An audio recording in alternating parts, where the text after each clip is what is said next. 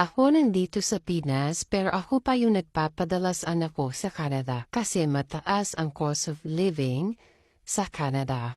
Grabe, sana din yung parents ko padalan din ako, char. Pero hindi, ako yung nagpapadala.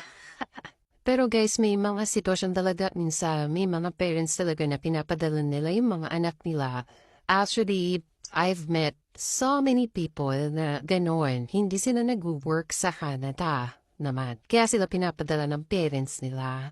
So, again, sa cost of living, pag talagang napunta kayo sa mahal na lugar, hindi rin talaga kakayanin ng part-time job nyo. Lalo na kung nakatira kayo sa mamahaling apartment, alam mo yun. So, and then ang lakas mo pang kumain. Siyempre, hindi din talaga mako-cover na part-time job mo yung cost of living ninyo.